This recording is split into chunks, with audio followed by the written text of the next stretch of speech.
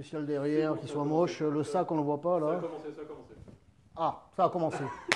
Voilà, ce sont les aléas du direct. Bon, ça va, c'est pas trop moche derrière, c'est bon. Parce que, je l'affirme aujourd'hui, ah, je crois qu'il y a Monsieur Pastis qui se manifeste. Alors, Pastis, c'est le chat. Je vous ai déjà parlé de Pastis. Pastis, viens là, viens. Viens là. Voilà, parce que Pastis, c'est le seul qui est dans la baraque. Allez, viens là. Viens là. Voilà. Voilà. Je vous présente Pastis. Ah, je lui fais pas mal. Alors, Pastis, c'est un petit ourson. Vous voyez comme ils sont maltraités, les animaux, ici. Alors, lui, il ne meurt pas de faim. Il meurt pas de faim. Petit instant, petite parenthèse, protection animale dans, dans ce live Facebook. Pastis, c'est pas le moment. Ce n'est pas le moment. Est-ce que tu m'écoutes quand je te parle? Voilà, je vous présente Pastis. Je ne sais pas ce que je vais en faire, du coup, parce que tant que je ne l'ai pas servi, voilà, il va miauler et il va foutre un boxon pas possible. C'est des menteurs, ils mentent depuis le début. Rappelez-vous Emmanuel Macron, hein, vous pouvez sortir, vous pouvez aller au théâtre, les masques, c'est pas la peine. Et puis maintenant, chaque fois qu'il se déplace, il en porte un sur le bec. Bon, le mensonge pour seule action, quoi, hein, pour seule action, puisqu'on en est aujourd'hui quand même à avoir une guerre des masques. Aujourd'hui, l'État braque les collectivités locales. Le département des Bouches-du-Rhône a été spolié de ces 6 millions de masques commandés par la préfète de la région Grand Est. Le préfet, c'est le gouvernement, quoi. Hein. Sans l'accord du gouvernement, on n'aurait pas pu procéder à cette une sorte de préemption, là, ce braquage. Et puis, l'État, il y a quelques jours, a braqué la région Bourgogne-Franche-Comté de ces 4 millions de masques. Les 6 millions de masques qui devaient venir dans les Bouches-du-Rhône, c'était pour le personnel soignant.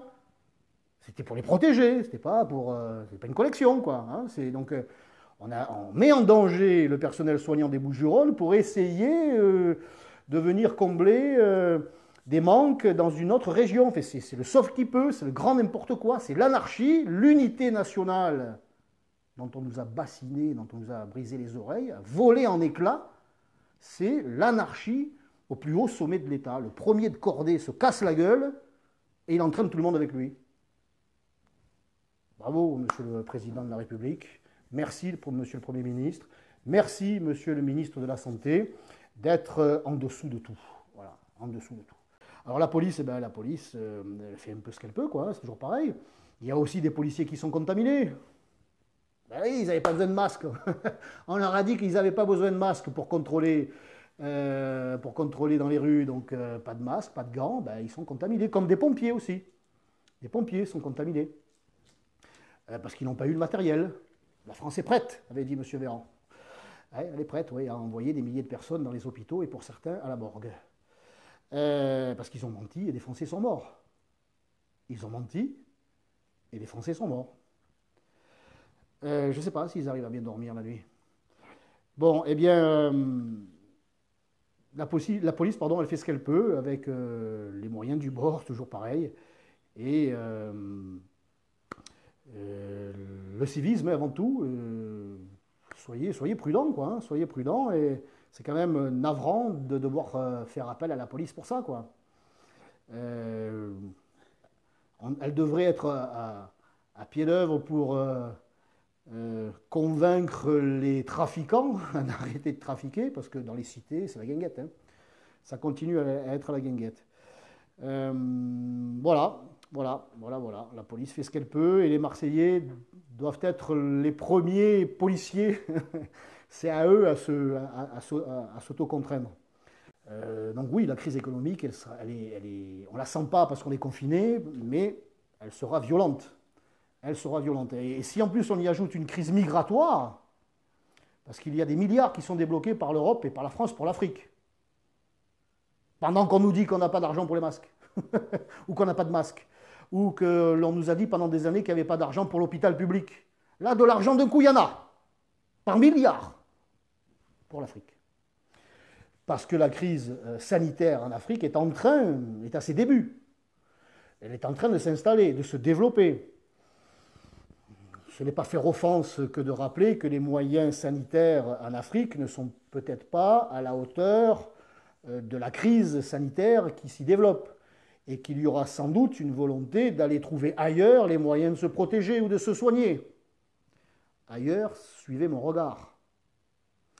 Nous n'avons plus les moyens depuis longtemps d'accueillir toute la misère du monde, nous n'aurons pas les moyens d'accueillir toute la crise sanitaire du monde, à moins d'avoir les principes de 1789 encore à la bouche. Crise économique plus crise migratoire, la crise sociale sera d'autant plus violente. Quel est le pire entre le coronavirus ou le virus islamiste? Ah. Les deux, hein, les deux. C'est pas parce qu'il y a un nouveau virus, je le disais, qui ne se voit pas, qui ne s'entend pas, que l'on doit oublier celui qui se voit, celui qui s'entend, celui qui se manifeste violemment. Lui doit continuer à être combattu. Et ce n'est pas du tout le cas, puisqu'on apprend qu'on libère des détenus par milliers. Et parmi ceux-là, il y a des individus dont le radicalisme islamiste est une réalité. Il y a des mouvements, des actions, alors ce n'est pas encore tout à fait islamiste, mais de conquête islamique qui s'opèrent, qui se manifestent aux quatre coins du pays par des appels à la prière de mosquées ou, dit-on, dans certains cas, d'appartements privés. On met à tue-tête des appels à la prière. Ça ressemble fort, au mieux à une provocation, au mieux, au pire à une démarche supplémentaire de conquête. J'ai entendu M. Lagarde qui a osé affirmer que ces appels à la prière étaient une sorte de solidarité des musulmans avec les fêtes chrétiennes, avec les fêtes de Pâques. Alors je ne sais pas à quoi il carbure, le père Lagarde, je ne sais pas s'il passe de temps en temps aux Oliviers, se charger, s'il prend quelque chose de plus fort encore, ou si vraiment le confinement le mène à ne plus avoir le sens de la réflexion. Mais quand on en est à ce point de soumission, de dignitude, c'est extrêmement inquiétant. C'est extrêmement inquiétant. De nier la réalité, au moins de la provocation, voire de signes de conquête de militants islamistes, et que, en étant un haut responsable politique français, c'est extrêmement inquiétant pour notre avenir et pour notre présent, déjà. Vivement qu'on fasse le ménage, hein, parce que là, là, on n'en peut plus de ce personnel politique qui, dans tous les domaines, n'a rien prévu, n'a rien vu venir, ne continue à être dans l'aveuglement volontaire, continue à ne pas répondre avec les moyens qui s'imposent au virus au pluriel qui nous touche, le coronavirus et le virus islamiste. Cette classe politique, cette crise sanitaire aura au moins permis de démontrer que cette classe politique fait partie du passé, qu'elle n'est plus capable d'être aux commandes de l'État et qu'il est urgent, vraiment urgent d'en changer.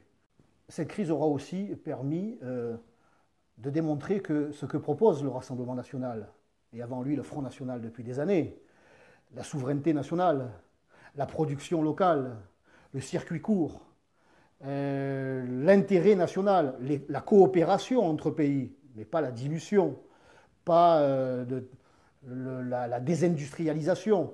Donc, souveraineté industrielle, souveraineté sanitaire, frontières, parce qu'on nous a mis des frontières partout, hein, sauf entre les pays. Bon, ben, tout ça aura démontré, cette crise aura démontré que nous avions raison, que nos analyses, que nos propositions économiques, sociales, migratoires, sécuritaires, sanitaires étaient les bonnes.